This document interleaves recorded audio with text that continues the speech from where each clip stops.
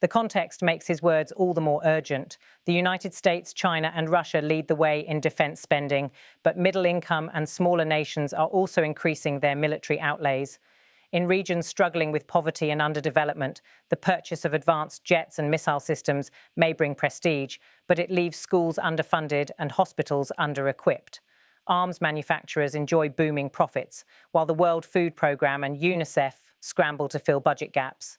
For Guterres, this imbalance represents a false promise. Military power may deter adversaries, but it cannot resolve the underlying causes of conflict. Hunger, unemployment, and climate stress do not respond to bombs or tanks. They demand solutions built on human development, cooperation, and trust. True security, he stressed, comes from resilient societies, not from stockpiles of weapons. The Secretary-General drew direct comparisons to highlight the opportunity costs. Just 2% of annual global military spending, around $40 billion, would be enough to fully fund the World Food Programme's efforts to end acute hunger. Redirecting similar proportions could fund universal access to primary education, ensure clean drinking water for all, or accelerate the global transition to renewable energy. These are not abstract dreams, but achievable goals, blocked only by misplaced priorities. Critics often counter that defense spending is a necessity in a world of growing threats. Governments cite cyber warfare, terrorism, and great power competition as reasons why they must strengthen their armies. But Guterres turned the argument on its head. The greatest threats to humanity, he argued, are not military but existential: climate change, pandemics, extreme inequality. These are crises that no army can bomb into submission, and yet they remain chronically underfunded. He urged member states to recommit to the Sustainable Development Goals, the blueprint adopted by all UN nations, to eradicate poverty, protect the planet, and ensure peace and prosperity by 2030. But as he acknowledged, progress is badly off track. Without a dramatic redirection of resources, many goals will remain unmet. The challenge, Guterres said, is not a shortage of money, but a shortage of political will. The Secretary-General's remarks also carry a warning about the dangers of mistrust. Arms races create a vicious cycle. One country spends more, its rivals respond, and mistrust deepens further. Instead of cooperation, the result is confrontation. Instead of dialogue, the result is division. In this environment, the possibility of miscalculation and escalation grows, threatening global security itself. But beyond the warnings, Guterres sought to inspire a vision of what could be a world where military might is no longer seen as the ultimate guarantee of safety, but where human dignity, equality, and opportunity form the true pillars of peace. He reminded the press that history shows how societies collapse when resources are drained into endless wars, but flourish when investments flow into people.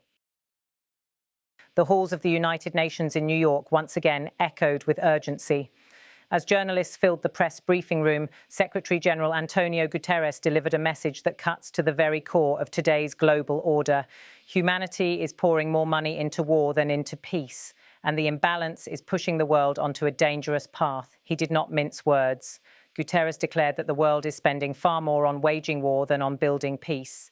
His warning was not abstract, it was anchored in sobering statistics. Global military expenditures have soared past $2 trillion a year, while investments in sustainable development and poverty eradication remain underfunded. For the UN chief, this contradiction is more than financial, it is moral. Presenting his latest report under the Pact for the Future, Guterres framed his message as a call to action. The report is not merely a document, but a challenge to governments, defense industries, and even ordinary citizens to rethink what true security means. Excessive military spending does not guarantee peace, he reminded the world. In fact, it often undermines peace by fueling arms races, deepening mistrust between nations, and draining resources from the very foundations of stability: education, healthcare, jobs, and resilience. The Secretary-General outlined what could be achieved if even a fraction of today's colossal defense budgets were redirected. Redirecting just a sliver of this money, he argued, could close critical gaps that have persisted for decades. Millions of children could be placed in schools. Fragile healthcare systems could be bolstered to prevent the next pandemic. Investments could flow into clean energy, into climate-resilient infrastructure, into programs that shield the most vulnerable from the shocks of inequality and natural disaster. This message is especially relevant at a time when geopolitical rivalries are heating up. From Europe's eastern borders to the South China Sea, from the Middle East to Africa's Sahel region, states are rushing to arm themselves.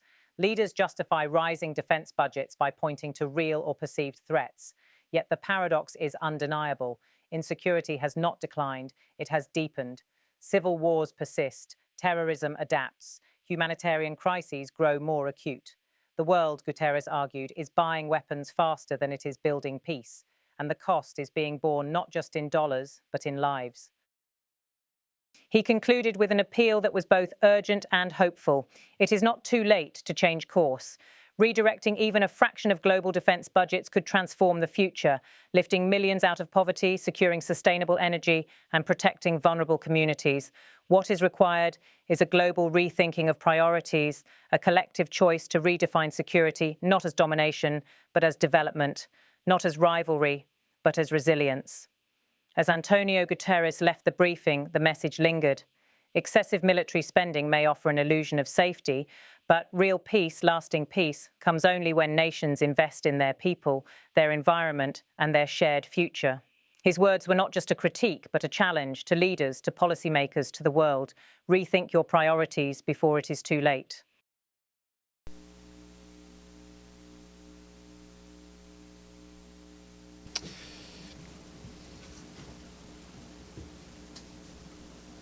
The world is spending far more on waging war than on building peace. My report, requested under the Pact for the Future, is a call to action, a call to rethink priorities, a call to rebalance global investments towards the security the world truly needs. Excessive military spending does not guarantee peace. It often undermines it, fueling arms race, deepening mistrust, and diverting resources from the very foundations of stability. Redirecting even a fraction of today's military spending could close vital gaps, putting children in school, strengthening primary health care, expanding clean energy and resilient infrastructure, and protecting the most vulnerable.